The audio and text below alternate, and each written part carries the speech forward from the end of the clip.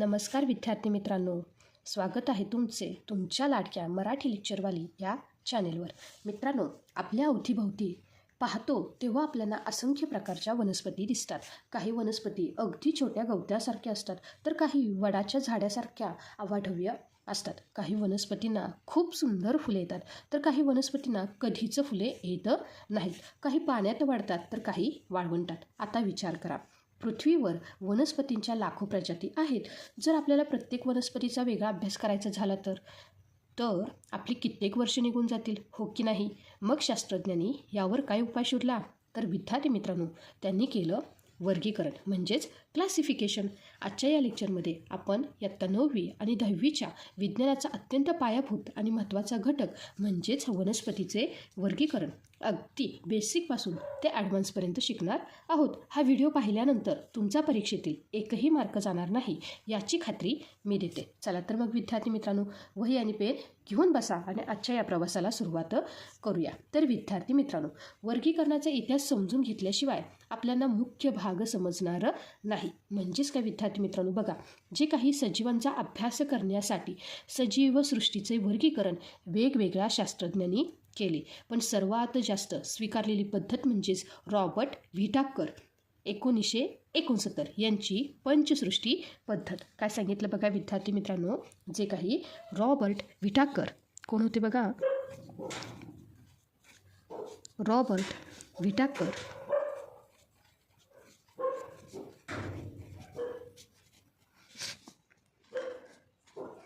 1969 यांची काय होती बघा? पंचसृष्टी पद्धत, ज्याला आपण 5 किंगडम सिस्टीम असे म्हणतो. काय म्हणतो बघा?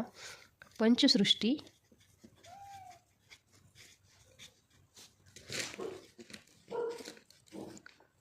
पद्धत, ज्याला आपण काय म्हणतो बघा?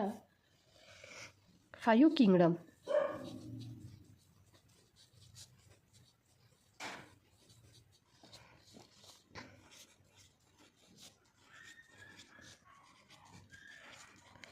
सिस्टीम. तर बघा, हे जे काही रॉबर्ट व्हिटाकर यांनी संपूर्ण जे काही सजीव आहेत ह्यांना 5 मुख्य सृष्टीमध्ये म्हणजेच किंगडममध्ये विभागले. लक्षात आलं का? त्यातली जी काही पहिली होती ती होती बघा सृष्टी मोनेरा. काय आहे बघा? जी काही पहिली होती ती होती बघा सृष्टी मोनेरा, ज्याला आपण काय म्हणतो बघा? Kingdom Monera. त्यासोबत जी काही दुसरी होती ती होती बघा सृष्टी प्रोटिस्टा.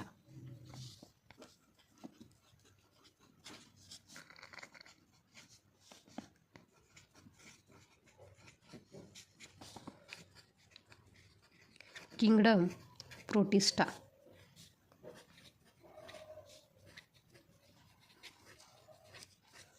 जी काही तिसरी होती ती होती बघा सृष्टी कवक. सृष्टी कवक, ज्याला आपण काय म्हणतो बघा? किंगडम फंगाय. चौथी होती सृष्टी वनस्पती. सृष्टी वनस्पती, ज्याला आपण किंगडम प्लॅन्टी असे म्हणतो. किंगडम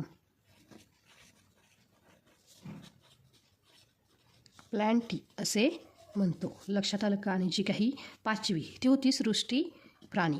काय होती बघा? सृष्टी प्राणी, ज्याला आपण म्हणतो किंगडम ॲनिमॅलिया.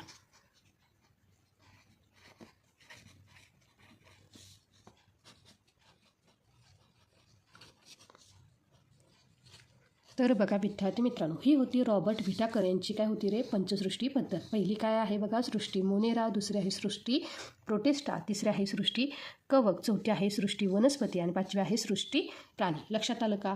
तर आजच्या लेक्चरमध्ये आपलं जे काही संपूर्ण लक्ष कशावर असणार आहे तर ते आहे बघा सृष्टी वनस्पती म्हणजेच किंगडम प्लॅन्टिवर, कारण आज आपण पाहतोय वनस्पतींचे वर्गीकरण. तर विद्यार्थी मित्रांनो, पहिल्यांदा समजून घेऊया वनस्पती म्हणजे नेमकं काय. तर बघा, जे काही पेशीभित्तिका असणाऱ्या आणि प्रकाश संश्लेषण म्हणजेच फोटोसिंथेसिस करून स्वतःचे अन्न स्वतः तयार करणाऱ्या जे काही स्वयंपोषी म्हणजे ॲटोट्रॉपिक सजीवांच्या समूहाला वनस्पती म्हणतात. लक्षात आलं का? काय सांगितलं बघा, वनस्पती म्हणजे काय, पेशीभित्तिका असणाऱ्या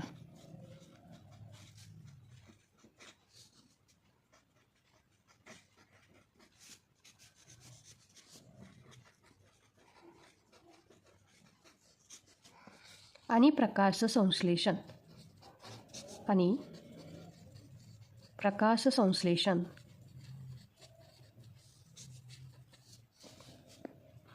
म्हणजेच काय विद्यार्थी मित्रांनो, फोटोसिंथेसिस.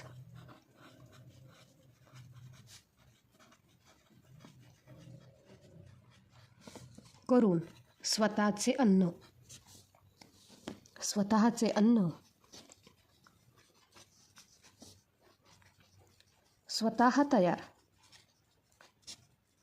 स्वतः तयार करणाऱ्या स्वयंपोषी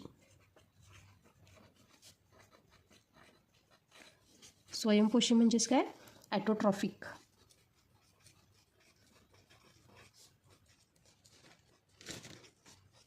सजीवांच्या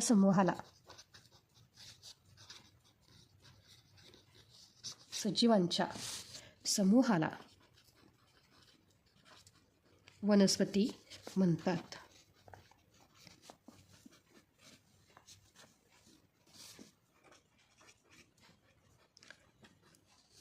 तर बघा विद्यार्थी मित्रांनो, आता वनस्पतीमध्ये जे काय हरित द्रव्य म्हणजे ज्याला आपण क्लोरोफिल असल्यामुळे त्या सजीव सृष्टीचा काय आहेत रे, अन्नाचा मुख्य स्रोत आहेत. लक्षात आलं का? वनस्पतीमध्ये काय असतं रे, हरित द्रव्य. तर आता आपण पाहूया की वनस्पतीचे जे काही वर्गीकरण करताना शास्त्रज्ञांनी कोणत्या गोष्टी लक्षात घेतल्या, म्हणजेच वर्गीकरणाचे निकष काय होते. तर बघा विद्यार्थी मित्रांनो, की जे काही पहिलं होतं ते आहे बघा, की वनस्पतींना मूळ, खोड, पान, फूल, फळ हे अवयव आहेत की नाही. पहिला जो काही निकष होता तो काय आहे बघा, अवयव असणे किंवा नसणे. लक्षात आलं का?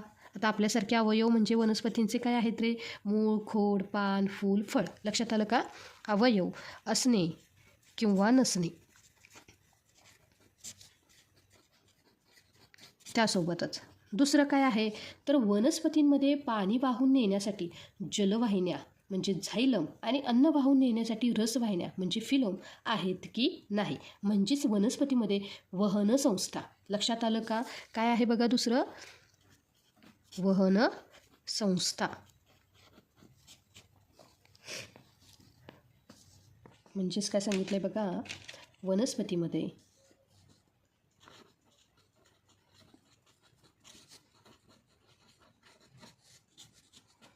पाणी वाहून नेण्यासाठी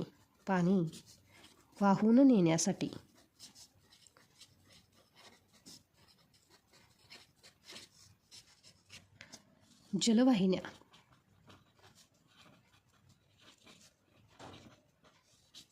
ज्याला आपण काय म्हणतो, झायलम. आणि अन्न वाहून नेण्यासाठी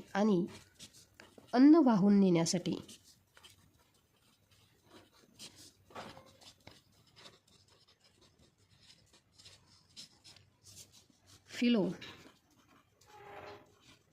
आहेत की नाही. लक्षात आलं का विद्यार्थी मित्रांनो? त्यासोबतच आता जे काही तिसरं, की बघा वनस्पतींना बिया येतात की नाही. जे काही तिसरं होतं ते काय आहे बघा, म्हणजे बिया धारण करण्याची क्षमता. लक्षात आलं का? बिया धारण करण्याची क्षमता.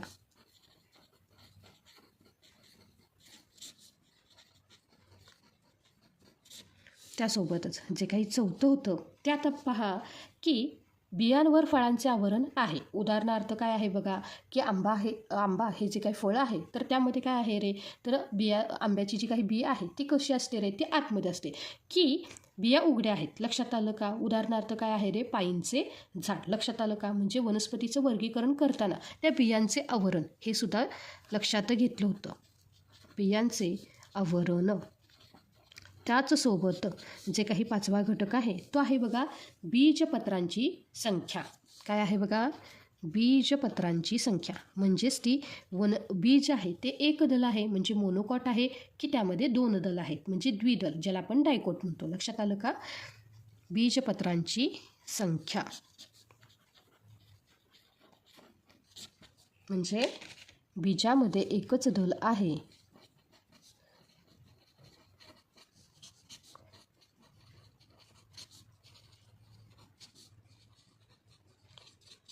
ज्याला आपण काय म्हणतो बघा, मोनोकॉट, की 2 दले आहेत.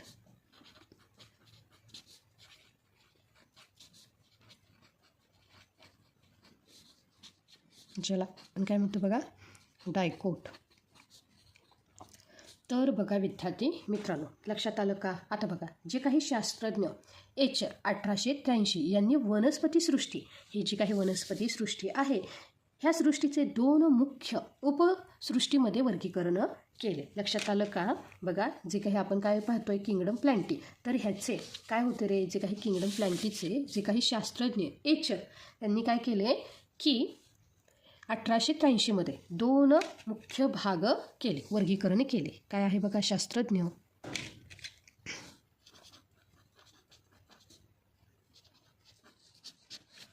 एचर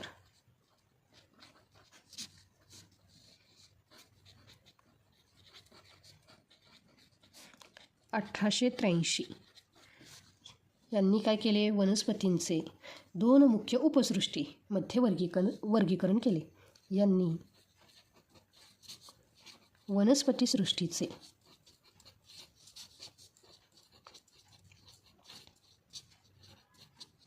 2 मुख्य उपसृष्टी म्हणजेच सब किंगडममध्ये वर्गीकरण केले.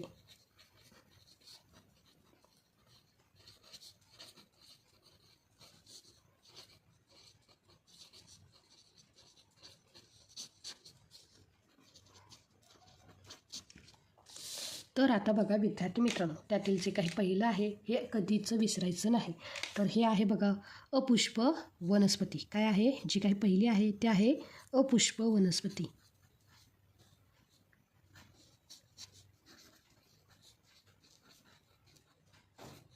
ज्याला आपण काय म्हणतो, क्रिप्टोगॅम्स.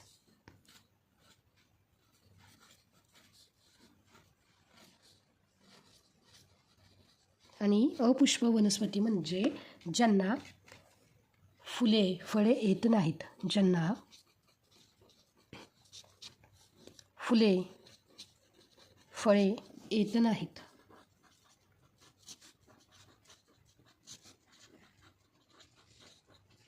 आणि जी काही दुसरं आहे ते आहे बघा सपुष्प वनस्पती. आता सपुष्प वनस्पती म्हणजेच काय, की ज्यांना काय होतात रे, फुले फळे येतात.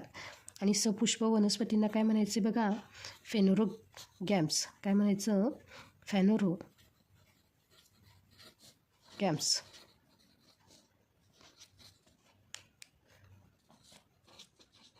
ज्यांना फुले फळे येतात.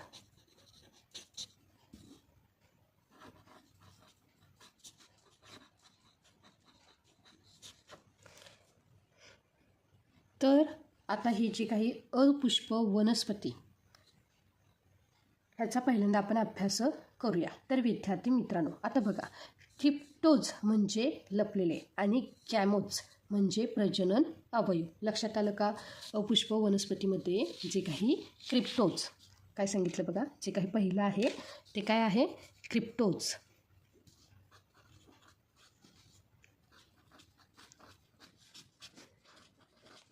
क्रिप्टोज म्हणजे लपलेले आणि गॅमोज म्हणजे प्रजनन अवयव.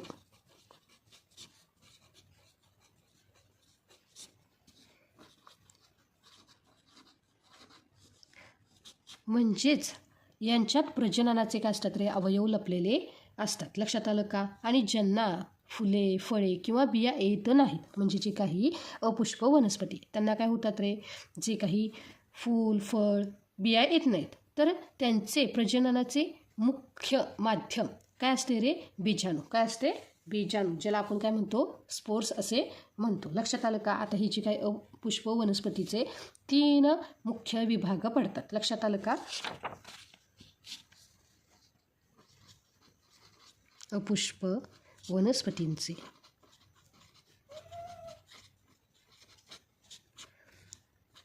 3 मुख्य विभाग पडतात.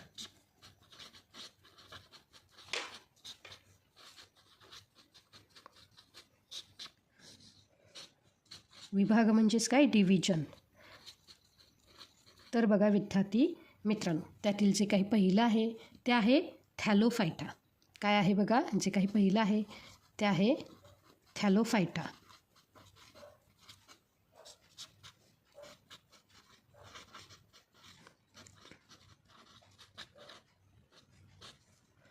जे काही दुसरं आहे ते आहे ब्रायोफायटा. काय आहे बघा, ब्रायोफायटा.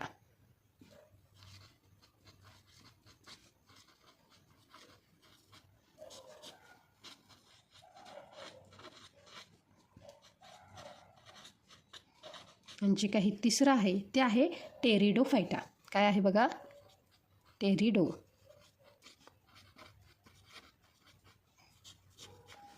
फायटा.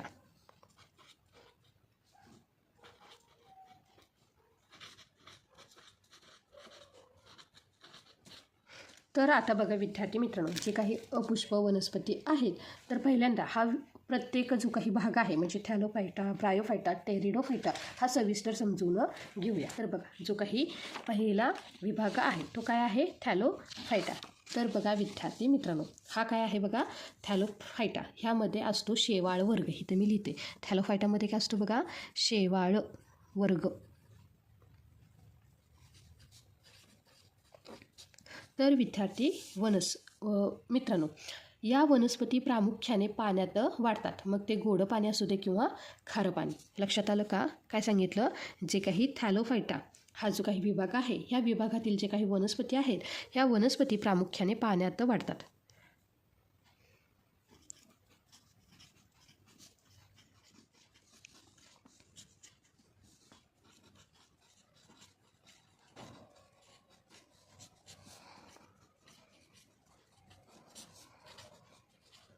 मग ते पाणी कोणतं, गोडा असू दे किंवा खारं. लक्षात आलं का? त्यासोबतच आता ह्या वनस्पतींची रचना कशी असते, तर बघा, यांना मूळ, खोड, पाने, फुले असे कोणतेही विशिष्ट अवयव नसतात.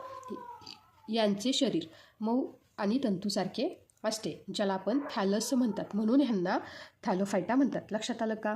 जर तुम्ही नदी किंवा तुमच्या घराजवळ जर पाऊस सतत पडत असेल, पाणी जिथं राहत असेल, तिथं तुम्हाला शेवाळ दिसतं. लक्षात आलं का? त्यांना कोणतेही विशिष्ट अवयव नसतात, हे नेहमी लक्षात ठेवायचं. त्यासोबतच जे काही शेवाळ असतं ते कसं असतं रे, मऊ आणि तंतूसारखं असतं. लक्षात आलं का? ह्यामध्ये दुसरं काय आहे बघा, या वनस्पतींना म्हणजे ज्यांना मूळ, खोड, पाने, फुले असे कोणतेही विशिष्ट अवयव नसतात. असे कोणतेही विशिष्ट अवयव नसतात.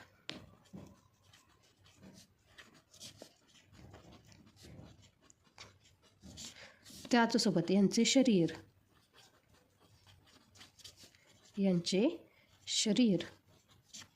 मऊ आणि तंतूसारखे असते.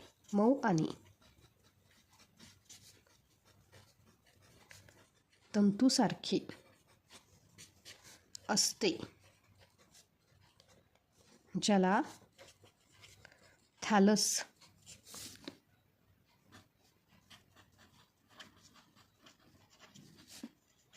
काय म्हणतो बघा, थॅलस म्हणतात.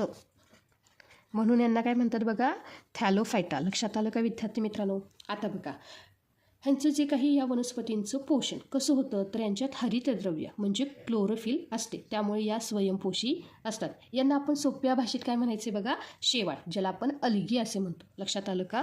काय आहे पुढचा मुद्दा, की यांच्यात हरितद्रव्य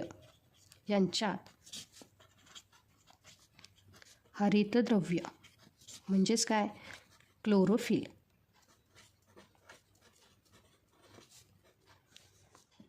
असते. त्यासोबतच या कशा असतात रे, त्यामुळे काय असतात रे, या स्वयंपोषी असतात.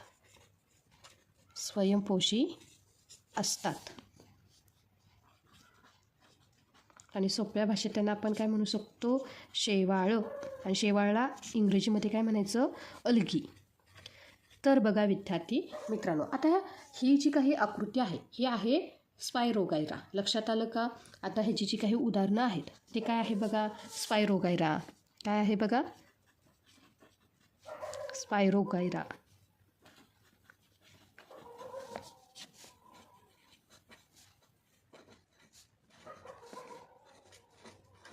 दुसरा आहे बघा, युलोथ्रिक्स.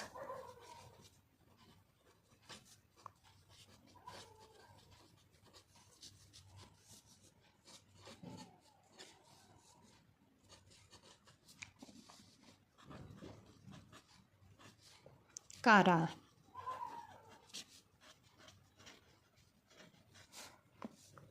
त्यासोबतच सर्गॅसम.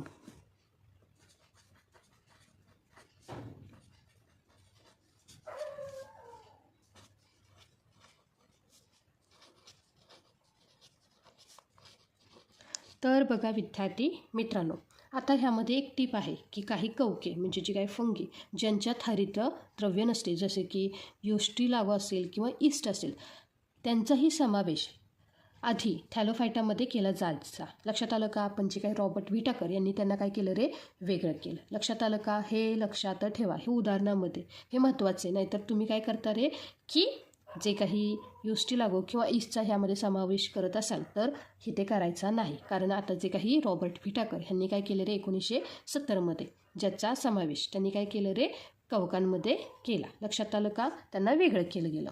त्यासोबतच जे काही दुसरं आहे, तर हा विद्यार्थी मित्रांनो, हा जो काही विभाग आहे हा परीक्षेसाठी अत्यंत महत्त्वाचा आहे. कारण दुसरा जो काही विभाग आहे तो आहे ब्रायोफायटा. आणि ब्रायोफायटा वनस्पतींना वनस्पती सृष्टीचे उभयचर असे म्हणले जाते. काय सांगितलं बघा, जसं ब्रायोफायटाला आपण शेवाळ वर्ग म्हणतो, तसे जे काही ब्रायोफायटा आहेत त्याला काय म्हणायचे बघा, वनस्पती सृष्टीचे उभयचर. वनस्पती सृष्टीचे उभयचर म्हणजेच काय, amphibians of the plant kingdom.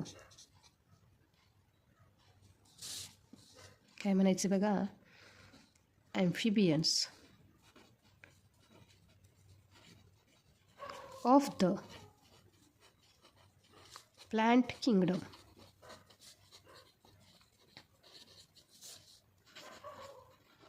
लक्षात आलं का? तर बघा विद्यार्थी मित्रांनो, ब्रायोफायटा विभागातील जी काही वनस्पतींना सृष्टीचे उभयचर असे का म्हणतात माहिती आहे? कारण या वनस्पती काय होतात रे, मातीत म्हणजे जमिनीवर राहतात, पण प्रजननासाठी म्हणजेच रिप्रोड्यूस यासाठी त्यांना पाण्याची अत्यंत गरज असते. तर विद्यार्थी मित्रांनो, आता ह्या ज्या काही वनस्पती आहेत, ह्या वनस्पतींची जी काही रचना आहे ती असते बहुपेशीय आणि स्वयंपोषी.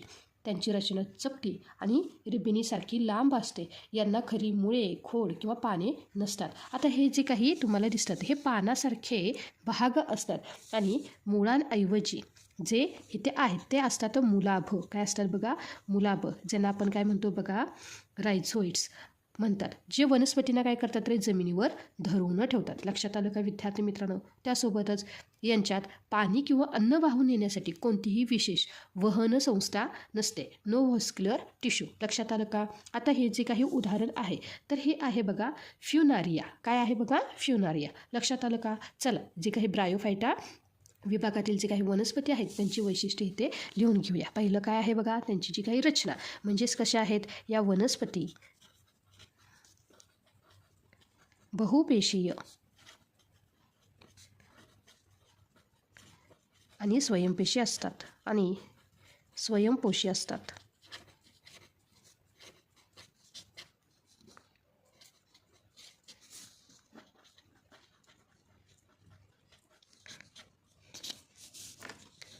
रचना, यांची रचना कशी असते रे? चपटी, रिबिनीसारखी लांब असते.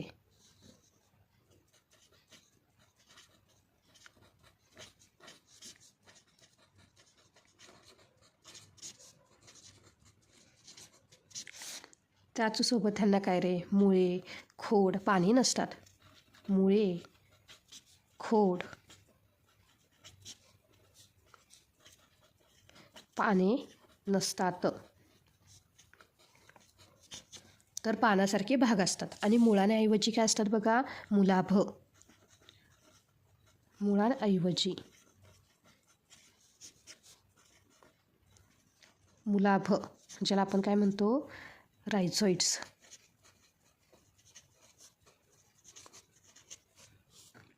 हे काय करतात रे?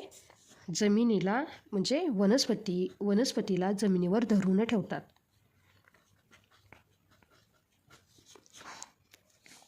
त्यासोबतच ह्यांच्यात कोणतीही विशेष वहन संस्था नसते. लक्षात आलं का? जी काही अन्न पाणी वाहून नेण्याची अशी कोणतीही वहन संस्था नसते. वहन संस्था नसते. आणि उदाहरणं काय काय आहे बघा? तर मांस आहे किंवा इथे आपण जे काही पाहिलं ते काय आहे बघा? फ्युनारिया. लक्षात आलं का? मांस किंवा फ्युनारिया.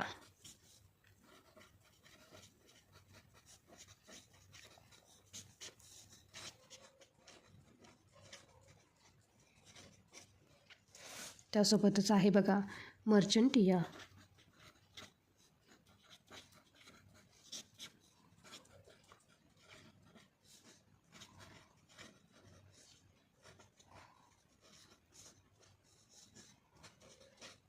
रिक्सिया.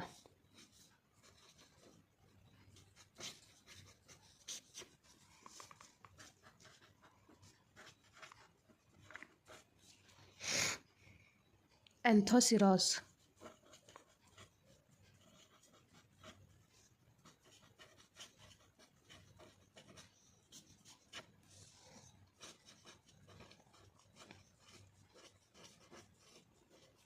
लक्षात आलं का विद्यार्थी मित्रांनो? हे काय होतं बघा? हे होतं थॅलोफायटा, हे होतं ब्रायोफायटा. आता जो काही पुढील विभाग आहे तो आहे बघा टेरिडोफायटा. काय आहे?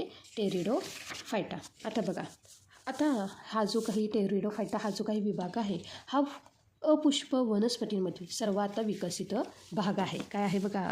सर्वात विकसित भाग. प्रत्येक जो काही विभाग आहे ह्या प्रत्येक विभागाचं वैशिष्ट्य. जे काही ब्रायोफायटा होता तो काय आहे रे? वनस्पती सृष्टीचं उभयचर. थॅलोफायटा हा शेवाळ वर्ग. तर टेरिडोफायटा हे काय आहे रे? सर्वात विकसित विभाग.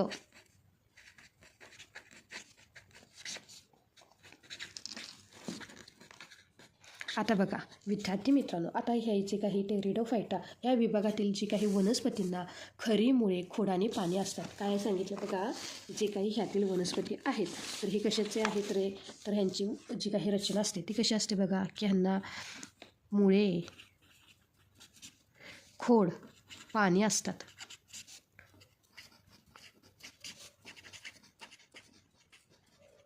आणि बघा हे जे काही वनस्पती उत्क्रांतीमधील हा पहिला गट आहे की ज्याच्याकडे काय आहे रे? अवयव आहे. पहिले जे काही आपण दोन बघितले कोणते रे? थॅलोफायटा आणि ब्रायोफायटा. ह्यामध्ये काय आहेत रे? की थॅलोफायटामध्ये मूळ, खोड, पाने, फुले असे कोणतेही अवयव नसतात. लक्षात आलं का? त्यासोबतच इथेही मूळ, खोड, पाने नसतात. पण जे काही टेरिडोफायटा ह्यामध्ये काय आहे रे? पहिला गट ज्याच्याकडे काय आहे रे? वनस्पतींचे अवयव आले. पहिला गट ज्याच्याकडे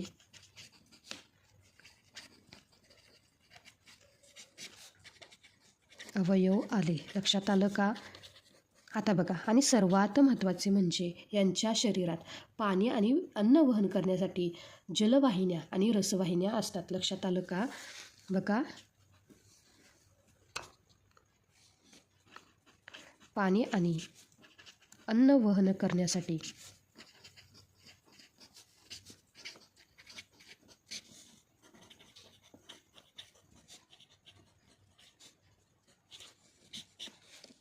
जलवाहिन्या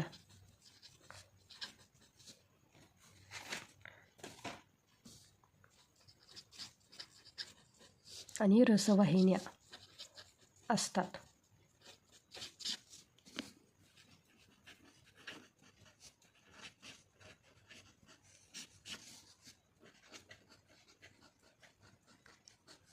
त्याचसोबत बघा की ह्यांना फुले आणि फळे येत नाहीत. लक्षात आलं का? यांच्या पानाच्या मागच्या बाजूला बीजाणू म्हणजे स्पोर्स तयार होतात, ज्याद्वारे त्यांचे प्रजनन होते. आता तुम्ही बागेत जे काही शोभेचे झाड म्हणजे नेचे, फर्न पाहिलेच असेल तर ते उदाहरण आहे टेरिडोफायटाचे. लक्षात आलं का? की ह्यांना फुले फळे येत नाहीत.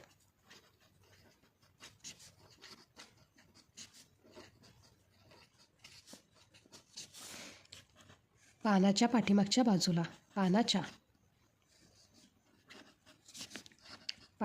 बाजूला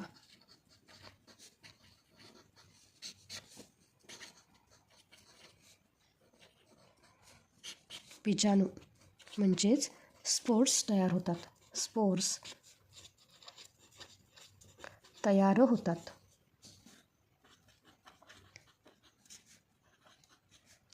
ज्याद्वारे काय होते रे? त्यांचे प्रजनन होते.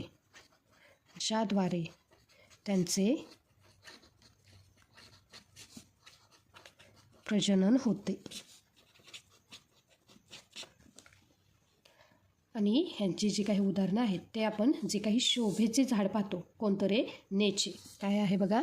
नेचे, ज्याला आपण फर्न असेही म्हणतो. काय म्हणतो बघा? फर्न. लक्षात आलं का? त्यासोबतच आहे मार्सिलिया. काय आहे बघा? मार्सिलिया.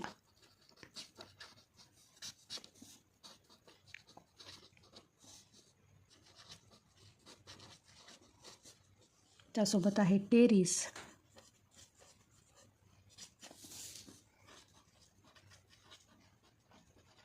लायकोपोडियम.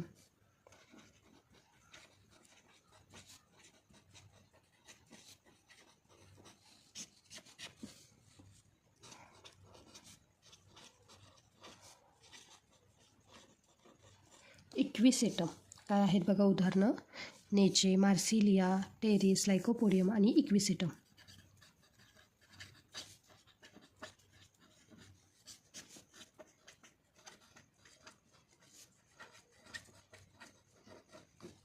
तर बघा विद्यार्थी मित्रांनो, ही काय होती बघा?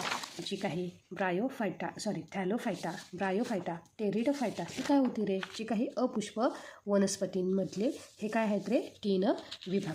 तर आता विद्यार्थी मित्रांनो, आपण वनस्पती सृष्टीचा जो काही दुसऱ्या मोठ्या उपसृष्टीकडे वळूया. ती म्हणजे काय आहे बघा? सपुष्प वनस्पती. लक्षात आलं का? ज्याला आपण काय म्हणतो? फेनोरोगाम्स. ही काय होती रे? आत्तापर्यंत आपण पाहिली अपुष्प वनस्पती, ज्यांना फुले फळे येत नाहीत ती. लक्षात आलं का? आता जी काही फुले आहेत ती काय आहे बघा?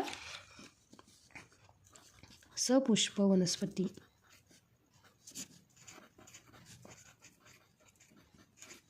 ज्याला आपण काय म्हणतो?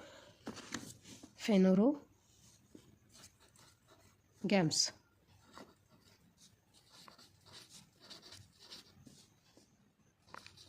तर बघा विद्यार्थी मित्रांनो, आता फेनोरोज म्हणजेच काय? तर दृश्य किंवा स्पष्ट. बघा इथं सांगते मी. फेनोरोज म्हणजे काय? फेनोरोज म्हणजे दृश्य किंवा स्पष्ट. आणि गॅमोज म्हणजेच काय? की प्रजनन अवयव. लक्षात आलं का? म्हणजेच ज्या वनस्पतीमध्ये काय असतात रे? प्रजनन अवयव स्पष्ट असतात आणि ज्या बिया तयार करतात त्यांना काय म्हणायचे? सपुष्प वनस्पती. लक्षात आलं का? सपुष्प वनस्पती म्हणजेच काय? ज्यांना फुले फळे येतात. आता यांची जी काही बियांच्या रचनेवरून यांचे 2 मुख्य विभाग पडतात. काय सांगितलं बघा? यांची जी काही बियांची रचना, यावरून यांचे 2 मुख्य भाग पडतात बियांच्या रचनेवरून.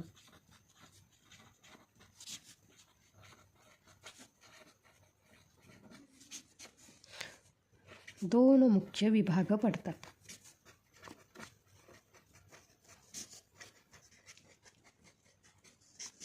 बघा जे काही पहिलं आहे ते आहे बघा अनावृत बीजी वनस्पती.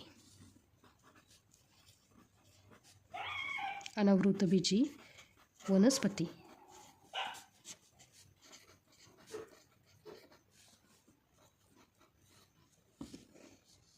ज्याला आपण जिम्नोस्पर्म असे म्हणतो.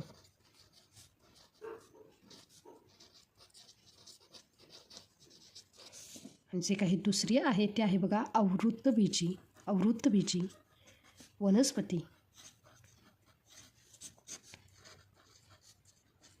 ज्याला आपण अँजिओस्पर्म असे म्हणतो.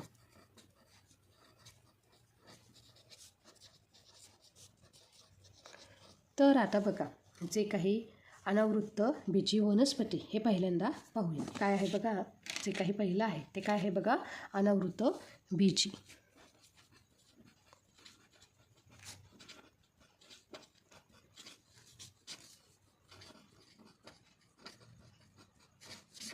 ज्याला आपण काय म्हणतो, जिम्नोस्पर्म. आता विद्यार्थी मित्रांनो, आता बघा हा जो काही जिम्नोस ह्याचा अर्थ होतो उघडे किंवा नग्न. बघा इथं मी सांगते जिम्नोस.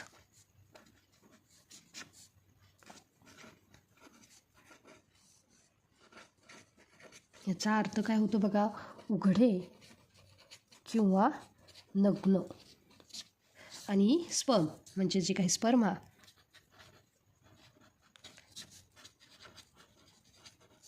याचा अर्थ म्हणजे बी. याचा अर्थ म्हणजे काय, बी. म्हणजेच अनावृत बीजी ह्याचा अर्थ काय होतो बघा, की ह्या बियांवर कोणतेही नैसर्गिक आवरण किंवा फळ नसते. या बिया उघड्या असतात. लक्षात आलं का? ह्याचा अर्थ काय होतो, की बियांवर कोणतेही नैसर्गिक आवरण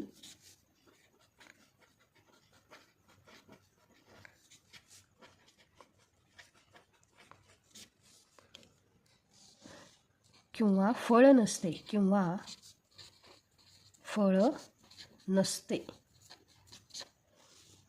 या बिया उघड्या असतात.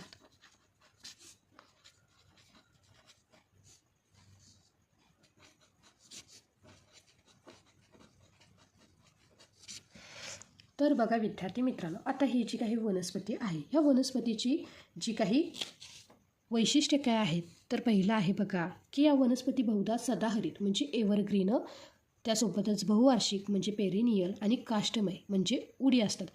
त्यांच्या खोडांना फांद्या नसतात. पानांचा मुकुट तयार होतो. लक्षात आलं का?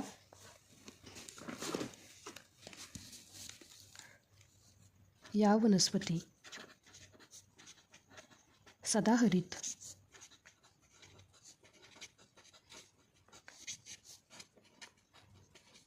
सदाहरित म्हणजेच काय, एव्हरग्रीन, बहुवार्षिक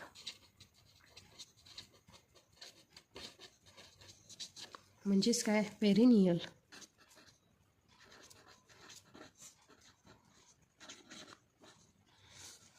काष्टमय म्हणजे उडी असतात. लक्षात आलं का? यांच्या खोडांना फांद्या नसतात. यांच्या खोडांना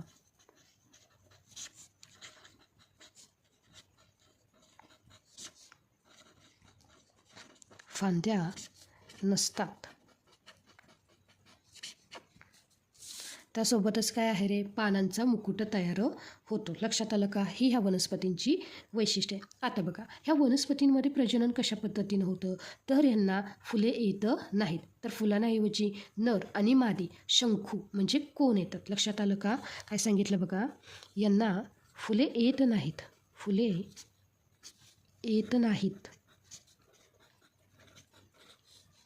फुलांऐवजी नर आणि मादी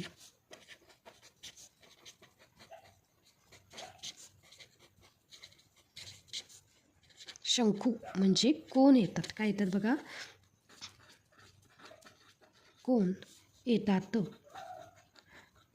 त्यासोबतच यांच्या बियांवर फळांचे आवरण नसल्यामुळे ह्यांना काय म्हणतो बघा आपण, जिम्नोस्पर्म. काय म्हणतो, जिम्नोस्पर्म. लक्षात आलं का? आता ह्याची जी काही उदाहरणं आहेत ती काय आहे बघा, की सायकस,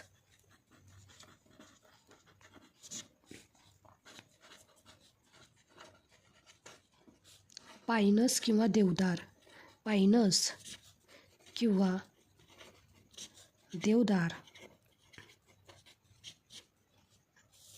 देवदार म्हणजे क्रिसमस ट्री. लक्षात आलं का?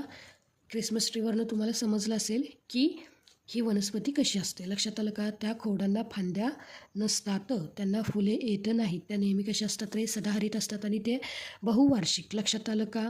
त्यासोबतच फुले येतात का? तर नाही. पायनस आणि क्रिसमस ट्री. इथे बघा, पायनस.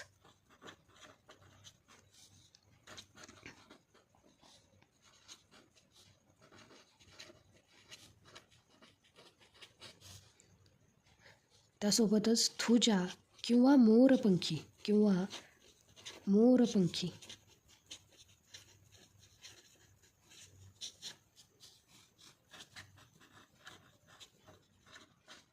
तर बघा विद्यार्थी मित्रांनो, जे काही सपुष्प वनस्पतींमधील जे काही पहिलं अनावृत्त बीजी वनस्पती म्हणजे जिम्नोस्पर्म, याचे आपण काय केलेले वैशिष्ट्ये पाहिले. आता जे काही दुसरं आहे तर हे आहे बघा आवृत्त बीजी. काय आहे बघा? जे काही दुसरं आहे बघा आवृत्त बीजी वनस्पती. हे झालं अनावृत्त बीजी. आता हे आहे आवृत्त बीजी वनस्पती.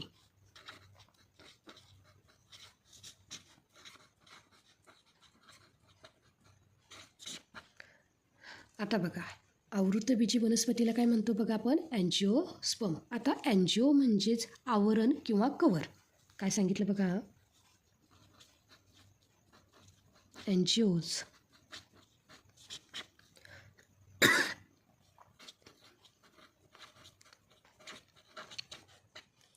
आवरण किंवा कव्हर. म्हणजेच ज्या वनस्पतींच्या बियांवर फळांचे नैसर्गिक आवरण असते त्यांना आपण काय म्हणायचे? आवृत्त बीजी वनस्पती.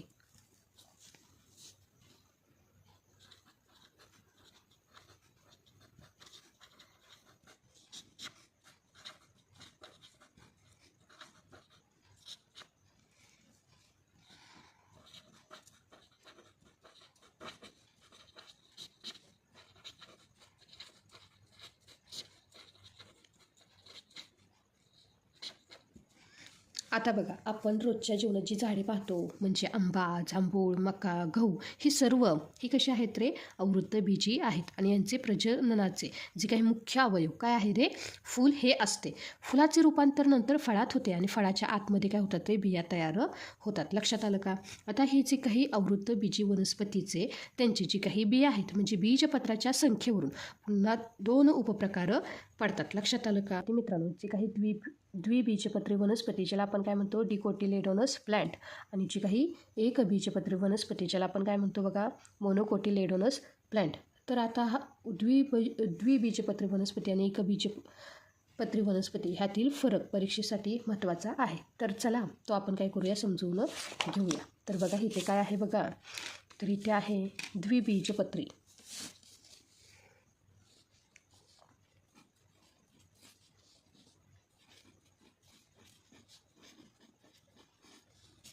आणि इथे आहे एक बीजपत्री. काय आहे बघा? एक बीजपत्री. तर बघा विद्यार्थी मित्रांनो, आता जी काही द्विबीजपत्री तर ह्यामधील जे काही बी आहे ही कशा पद्धतीची असते बघा? पहिल्यांदा आपण काय घेऊया? बी. आता ह्यामध्ये जी काही द्विबीजपत्री वनस्पतींमध्ये काय असतात रे? की 2 समान भाग पडतात. काय होतात रे? जी काही बी आहे ह्या बीचे काय होतात रे? 2 समान भाग पडतात. 2 समान भाग पडतात. उदाहरणार्थ काय आहे बघा? तर चणा, आंबा, शेंगदाणे. तर बघा विद्यार्थी मित्रांनो, जर आपण शेंगदाणे काय केलं रे? की शेंगदाणे असं हातात बारीक घेऊन हे केला तर काय होतं? तर ते शेंगदाण्याचे 2 भाग पडतात. ती कोणती आहे? तर ती आहे द्विबीजपत्री. लक्षात आलं का? त्यासोबतच आता जी काही एक बीजपत्रीमध्ये जी काही त्या वनस्पतीची बी आहे तर ती आहे एकच भाग राहतो. त्या बीचा काय होतो रे? एकच भाग राहतो. लक्षात आलं का? हे पहिलं आहे. त्या बीचा काय होतो रे? एकच भाग राहतो. एकच भाग राहतो. म्हणजे त्याचे तुकडे होत नाहीत. लक्षात आलं का? उदाहरणार्थ काय आहे की गहू तांदूळ ह्याचे 2 भाग होतात का? तर नाही. तर त्याचे काय होतात रे? एक भाग राहतात. लक्षात आलं का? पुन्हा मका, उदाहरणार्थ काय आहे बघा, मका, तांदूळ, गहू.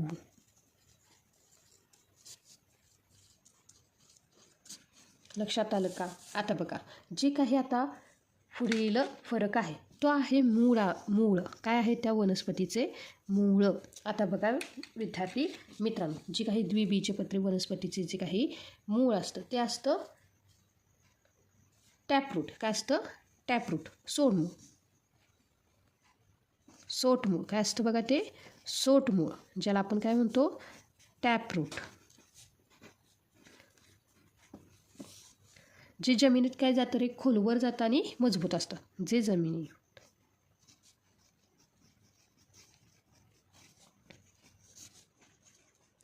खोलवर जाते आणि मजबूत राहते आणि मजबूत असते आणि मजबूत असते. त्यासोबतच आता ह्यामधील जो काही दुसरा आहे फरक तो काय आहे? एकबीजपत्री जी काही वनस्पती ह्यामध्ये काय असतं रे? तंतुमय मूळ. काय असतं? तंतुमय मूळ, ज्याला आपण काय म्हणतो? Fibrous route.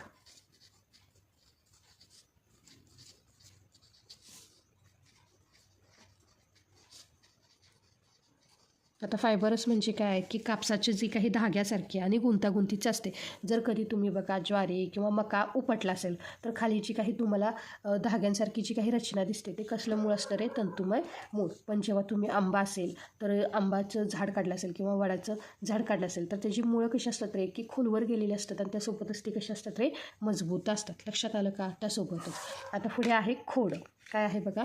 खोड. आता जी काही द्विबीजपत्री वनस्पतीचं जे काही खोड आहे ते कशा पद्धतीचं असतं? तर ते असतं मजबूत आणि कठीण. लक्षात आलं का? जर आपण वडाचं झाड पाहिलं तर तुम्हाला लक्षात येईल वडाचं जे काही खोड असतं ते कसं असतं रे? मजबूत आणि कठीण. मजबूत आणि कठीण. पण ह्याच तुलनेत जर आपण एक बीजपत्री वनस्पतीचं जर खोड पाहिलं तर ते कसं असतं रे? की पोकळ असतं. म्हणजे बांबू. लक्षात आलं का? बांबू पाहिलं ना तुम्ही? कसा असतो रे? पोकळ. त्यासोबतच आभासी म्हणजे केळीसारखं. लक्षात आलं का? केळीचं खोड पाहिलं ना तुम्ही? त्यासोबतच बघा विद्यार्थी मित्रांनो, चकतीसारखं म्हणजे आपण कांदा कापल्यानंतर कसं असं चकती पडल्यासारखं दिसतं बघा. लक्षात आलं का? तर ते चकतीसारखं कशाचं असतं रे खोड? एकबीजपत्री वनस्पतीचं.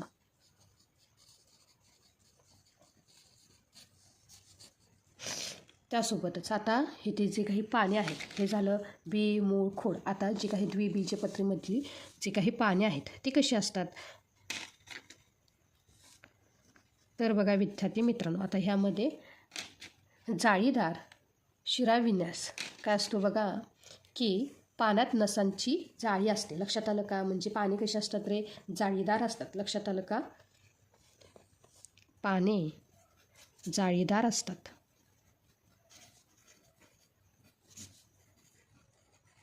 ज्याला आपण काय म्हणायचं बघा?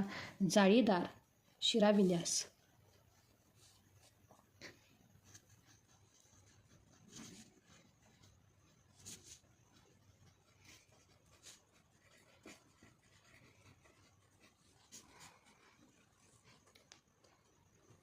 जाळीदार शिराविन्यासला काय म्हणायचं? रेटिक्युलेट व्हेनिएशन. रेटिक्युलेट व्हेनिएशन. त्यासोबतच आता जे काही एकबीजपत्री वनस्पती आहे ह्यामध्ये जे काही पाने आहेत तर ते असतात एकमेकांना समांतर. लक्षात आलं का? की त्यातील ज्या काही रेषा असतात पानांवरील त्या कशा असतात तर एकमेकांना समांतर. उदाहरणार्थ केळीचे पान. रेषा एकमेकांना समांतर असतात. एकमेकांना समांतर असतात. आणि यासाठी उदाहरण काय आहे बघा? केळीचे पान. काय आहे? केळीचे पान. आणि समांतर शिराविन्यास ह्याला म्हणायचे पॅरलल व्हेनिएशन. समांतर शिराविन्यास. ह्याला काय म्हणायचे बघा विद्यार्थी मित्रांनो, पॅरेलल.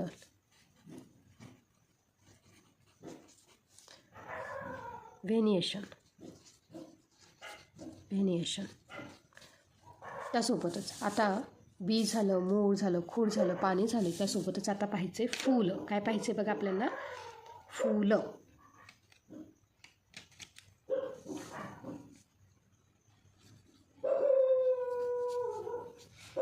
तर बघा विद्यार्थी मित्रांनो, जे काही द्विबीजपत्री वनस्पतीमध्ये 4 किंवा 5 भागांचे म्हणजे चतुर्भागी किंवा पंचभागी फूल असते. 4 किंवा 5 भागांचे म्हणजेच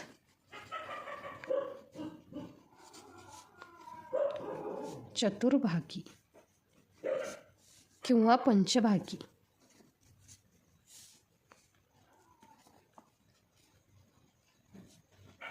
ज्याला आपण काय म्हणणार आहे बघा, चतुर्भागी आहे त्याला म्हणायचे टेट्रामेरस. काय म्हणायचे, टेट्रामेरस. आणि जे काही पंचभागी त्याला काय म्हणायचे बघा, पेंटामेरस.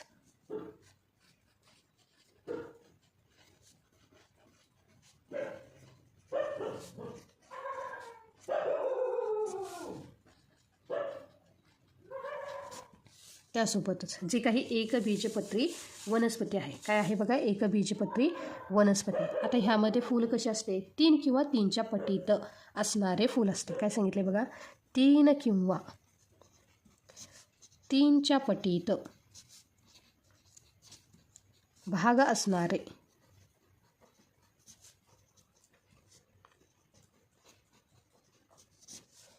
फूल असते. जे काही 3 किंवा 3च्या पटीत म्हणजे त्रिभागी, ह्याला काय म्हणायचे बघा, 3 भाग असणारे. त्रिभागी म्हणजे 3 भाग, आणि त्रिभागीला इंग्लिशमध्ये काय म्हणायचे बघा, ट्रायमेरस. तर चला विद्यार्थी मित्रांनो, आज आपण खूप मोठा आणि महत्त्वाचा भाग शिकलो. तर एका मिनिटात आपण काय करूया रे, की ह्याची उजळणी करूया. बघा, वनस्पती सृष्टीचं काय आहेत रे, तर 2 मुख्य भाग. पहिला आहे अपुष्प वनस्पती म्हणजे फुलं न येणारे, आणि सपुष्प म्हणजे फुले येणारे. लक्षात कसं ठेवायचं बघा, ज्या वनस्पतीनं फुलं येत नाहीत त्यांना फळं येणार आहेत का, नाही. आणि ज्यांना फुलं येतात त्यांना फळ नक्कीच येतं. लक्षात आलं का. आता हे जे काही अपुष्पचे 3 सख्खे भाऊ कोणते आहेत, थॅलोफायटा, जे काय होतात रे, की जे पाण्यात राहतात आणि त्यांना अवयव नसतात. ते कसे असतात रे, शेवाळ वर्ग. त्यासोबतच दुसरं आहे ब्रायोफायटा, जे उभयचर आहेत. लक्षात आलं का, म्हणजे जमिनीवर आहेत, पाण्यातही आहेत, ओलसर जागी राहतात. लक्षात आलं का. आणि जे काही पुढील आहे ते काय आहे बघा, तर ते आहे टेरिडोफायटा, म्हणजे ज्यांच्याकडे पहिल्यांदा काय झालं रे, मूळ, खोड, पान, फूल आणि वहन संस्था आली. लक्षात आलं का. आता बघा, त्यानंतरनं पाहिलं आपण सपुष्प वनस्पती. लक्षात आलं का. आता ह्या सपुष्प वनस्पतीचे 2 भाग कोणते, अनावृतबीजी वनस्पती, म्हणजे ह्यामध्ये काय असतात रे, बिया उघड्या असतात. लक्षात आलं का. काय सांगितलं की इथे असतात बिया उघड्या, इथे असतात बिया उघड्या. लक्षात आलं का. आणि जी काय आवृत्त बीज असतात तर ह्यामध्ये काय असतात रे, की बिया फळांच्या आत असतात. लक्षात आलं का. आणि याचे 2 प्रकार पडतात. पहिला आहे द्विबीजपत्री वनस्पती आणि दुसरा आहे एकबीजपत्री वनस्पती. म्हणजेच काय, ह्याचे 2 भाग होतात तर ही एकच राहते. आहे की नाही, एकदम सोपं. तर विद्यार्थी मित्रांनो, हा होता आपला सजीवांचे वर्गीकरण सिरीजचा भाग पहिला, म्हणजेच काय, वनस्पतीचे वर्गीकरण. मला पूर्ण विश्वास आहे की आता तुमचा ह्या टॉपिकमधील कोणताही कन्सेप्ट अपूर्ण राहिला नसेल. तुम्हाला हा व्हिडिओ कसा वाटला मला कमेंट करून नक्की सांगा. जर काही शंका असेल तर तीही कमेंट बॉक्समध्ये नक्की विचारा. आता या सिरीजचा भाग दुसरा, प्राण्यांचे वर्गीकरण म्हणजे classification of animals, non chordates and chordates, ज्यामध्ये आपण पोरीफेरापासून ते थेट स्तनधारी प्राण्यांपर्यंत म्हणजे सस्तन प्राण्यापर्यंतचे सगळे संघ, फायलम अतिशय रंजक पद्धतीने पाहणार आहोत. आणि तो लवकरच येत आहे. तो भाग चुकवायचा नसेल तर आत्ताच आपल्या मराठी लेक्चरवाली चॅनेलला सबस्क्राईब करा, व्हिडिओला लाईक करा आणि आपल्या महाराष्ट्रातील सर्व गरजू विद्यार्थी मित्रांपर्यंत हा व्हिडिओ नक्की शेअर करा. भेटूया पुढच्या भागात. तोपर्यंत अभ्यास करत राहा. धन्यवाद.